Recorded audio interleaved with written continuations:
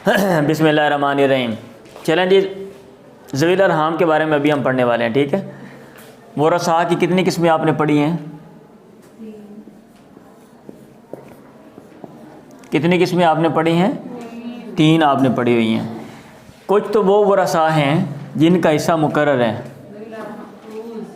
ज़वील फ़ुरूज़ उनको कहते हैं, और कुछ वो वरसा हैं जो दूसरे दर्जे में आते हैं और जिनका हिस्सा मुकर्रर नहीं है और बचा हुआ माल लेते हैं, उनको असबात कहते हैं। और कुछ वो वरसा हैं जो दूर के होते हैं और जो मुतनाज़ा हैं। क्या हैं? मुतनाज़ा, जिनके बारे में अहले इल्म के इख्तिलाफ़ आया आपने उनको हिस्सा देना है या कि नहीं देना। कुछ लोगों का ख्याल है कि इनको हिस्सा दे दें, मेरा ख्याल अक्सरियत का यही ख्याल है, और कुछ लोगों का ख्याल है कि नहीं, इनको हिस्सा नहीं देना, आप इन दोनों को हिस्सा दें। इन दोनों को अगर माल मतलब बच जाता है या फिर सॉरी ये वारिस नहीं है, ये वारिस नहीं है, तो आप इनको नहीं देंगे आप बैतुल माल में, यानी वो ओवरऑल मुसलमानों को ना क्या कहते हैं, वो माल जो है वो फ़ायदा पहुंचाएगा और मुसलमानों के इस्तेमाल में वो आएगा ओवरऑल मुस्लिम माशरे में, वो ये कहते हैं। तो बहरहाल जो लोग कहते हैं कि इनको हम देंगे, उनके दलाइल कभी हैं, क्योंकि ये जो ये वाले हैं, ठीक है, इनके मतलब ये तो करीबी रिश्तेदार हैं ना, और ये वाले जो रिश्तेदार हैं बंदे के, जो दूर के रिश्तेदार होते हैं, उनका उस बंदे के साथ फिर भी डबल ताल्लुक़ है बमुकाबला और मुसलमानों के, क्योंकि और मुसलमानों का ताल्लुक़ उसके साथ इस्लाम का ताल्लुक़ है और इनका जो ताल्लुक़ है वो इस्लाम प्लस रिश्तेदारी का ताल्लुक़ है। ठीक है, तो ये जो बात है ना, ये मेरे ख्याल ज़्यादा मकबूल है, जो सरसरी सा मैंने अभी मतलब पढ़ा है और मुझे जो बात समझ आई है। तो अब अगला क्वेश्चन ये है कि इनको आप हिस्सा दे रहे हैं, आप उनको मुताबिक दे देते हैं, लेकिन देना कितना कितना है, क्योंकि इनका हिस्सा तो मेंशन ही नहीं है, बयान ही नहीं है कि भी आपने इनको इतना देना है। अब क्या किया जाए? अब क्या किया जाए? तो इसमें 3 नुक्ता नज़र हैं। कितने नुक्ता नज़र हैं? 3। एक हैं अहले रहम का, और दूसरा है अहले कराबत का, और जो तीसरा है वो है अहले तंजील का। अहले तंजील का सिंपल। जो ये वाले हैं ना, ये कहते हैं कि चूँकि रिश्तेदारी की बिना पर आप दे रहे हैं, और रिश्तेदारी सब में जो ज़वील अरहाम में जो लोग भी आते हैं, रिश्तेदारी सब में इक्वल दर्जे की है, और इक्वल दर्जे की रिश्तेदारी का जो है ना वो हिसाब रखा जाएगा और सबको बराबर बराबर दे दिया जाएगा, क्योंकि वहाँ पे रिश्तेदारी का एतबार किया है। और ज़वील अरहाम में कौन से आते हैं? मसलन बेटी की औलाद है, वो ज़वील अरहाम में आती है। ऐसे नाना ज़वील अरहाम में आता है, मामू ज़वील अरहाम में, खालाएँ ज़वील अरहाम में आती हैं, फूफियाँ ज़वील अरहाम में आती हैं। ऐसे जो अखियाफ़ी बहन भाई हैं, उनकी जो औलाद है वो ज़वील अरहाम में आती है। तो वो खा एक मतलब है दर्जे में से हों या मुख्तलिफ़ दर्जों में से हों, ठीक है, खा वो करीबी हों या दूर के हों, करीबी हों या फिर दूर के हों। फ़र्ज़ किया बेटी की बेटी है नवासी, वो भी ज़वील अरहाम में, और एक दूसरी नवासी है आगे, उसकी बेटी है, नवासी की बेटी है।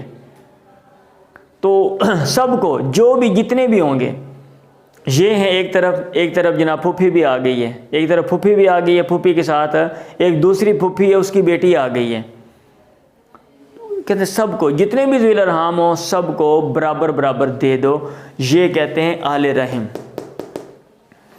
और अहले कराबत ये कहते हैं कि कराबत का लिहाज रखा जाएगा, जो करीबी है उसको देंगे और जो दूर है उसको नहीं देंगे। सिंपल, मैं ये आपको वैसे बता देता हूँ बजाय इसके यहाँ पे मैं मिसालें लिखूँ। नवासी ज़वील अरहाम में से है, नवासी आ गई है और साथ नवासी की औलाद है, तो एक नवासी जो है वो करीबी है और दूसरी नवासी की जो औलाद है वो दूर की है, तो लिहाजा उसको नहीं मिलेगा, इस करीब वाले को मिल जाएगा बमुताबिक इनके। ठीक है, फूफी आ गई है, एक फूफी है, 2 फूफियाँ थी, एक फौत होगी, आगे उसकी औलाद है, तो एक फूफी है, और एक तरफ दूसरी फूफी की औलाद है, तो इनके मुताबिक फूफी को मिलेगा, जो दूसरी फूफी की औलाद है उनको नहीं मिलेगा, और इनके मुताबिक तो सबको मिलेगा, ज़वील अरहाम जो भी होंगे, और इनके मुताबिक करीब वाले को अहले क़राबत। वो कहते हैं कुर्ब का लिहाज रखा जाएगा जो करीबी है, और उसके बाद फिर कुव्वत का भी लिहाज रखा जाएगा, कुर्ब प्लस कुव्वत। ये वाले क्या कहते हैं, कुर्ब प्लस कुव्वत का लिहाज रखा जाएगा, और इनके मुताबिक किस चीज़ का लिहाज रखा जाएगा, रिश्तेदारी का लिहाज रखा जाएगा जस्ट। और अगर ज़वील अरहाम में से कोई ऐसा वारिस है, ज़वील अरहाम में कोई ऐसा वारिस है कि वो कुर्ब में तो बराबर हैं, ऐसे दो वारिस हैं लेकिन एक ज़्यादा कवी है, एक ज़्यादा कवी है, तो फिर जो ज़्यादा कवी है उसको दे देंगे, और जो कम कवी है और जो कमज़ोर है, ज़ईफ़ है, उसको नहीं देंगे। फ़र्ज़ किया एक का डबल ताल्लुक़ है, एक का डबल ताल्लुक़ और एक का सिंगल ताल्लुक़ है, एक का सिंगल ताल्लुक़ है। एक तरफ एक है फूफी की बेटी है और एक दूसरी फूफी की बेटी है, एक दूसरी फूफी की बेटी है, जो है ना, हम क्या लेते हैं कि उसका इसके साथ निकाह भी हुआ है, उसका इसके साथ निकाह भी हुआ है, तो ये डबल ताल्लुक़ हो गया ना। अगरचे ये जो सूरत है ये मुतनाज़ है, क्यों? क्योंकि जो बीवी होती है वो ज़वील फ़ुरूज़ में से है। अब ज़वील फ़ुरूज़ से माल बच जाए, रद्द वाला जो मसला है, तो वो लौटाना किन पे है? याद है मसला? कुछ लोग मतलब ये कहते हैं कि मियाँ क्या कहते हैं, ख़ावंद बीवी पे नहीं लुटाया जाएगा, बाकियों पे लुटाया जा सकता है, तो उनके मुताबिक फिर जो उनके मुताबिक हम दे सकते हैं। और जो लोग कहते हैं कि नहीं, ख़ावंद बीवी दोनों जो हैं मतलब उन पर भी लुटाया जा सकता है, तो उनके मुताबिक फिर अगर बीवी है तो फिर उसको मिल जाएगा, सारा ही उसको मिल जाएगा, दूसरी जो है ना क्या कहते हैं फूफी की बेटी को नहीं मिलेगा। समझ आ रही है? और अहले तंजील जो हैं, तंजील का माना क्या होता है? उतारना। तंजील का माना क्या होता है? उतारना। तो ये कहते हैं कि जो ज़वील अरहाम हैं वो जिनके ज़रिए वारिस बने हैं, आप उनका हिस्सा नीचे उतार के उनको दे दें। मसलन इस मिसाल में यहाँ पे मैं मिसाल देता हूँ, ये बेटी है और आगे उसकी बेटी है, और एक उख्त मिनल उम है और आगे उसकी बेटी है, और यहाँ पे हम कर लेते हैं फूफी है, फूफी है और आगे उसका आगे उसका बेटा है, इसका बेटा कर लेते हैं, सही है। तो वो अहले तंजील कहते हैं कि ऊपर वाले जो वरसा हैं उनका हिस्सा नीचे दिया जाएगा, उतारा जाएगा। कैसे? कि फ़र्ज़ किया ऊपर वाले जो वारिस हैं अगर वही हों, नीचे वाले ना हों, तो इस सारी सूरत में आप बेटी को निस्फ़ देते हो, और उख्त मिनल उम बेटी की वजह से मौजूबा होती है, और फूफो तो ज़वील अरहाम में से उसको मिलता ही नहीं है। तो मतलब उस सूरत के मुताबिक जब आप मसला बनाएंगे, तो आप मसला किससे बनाएंगे? दो से बनाएंगे। इसको एक देकर और एक बच जाएगा, और बाद रद्द आप मसला किससे बनाएंगे? एक से बनाएंगे।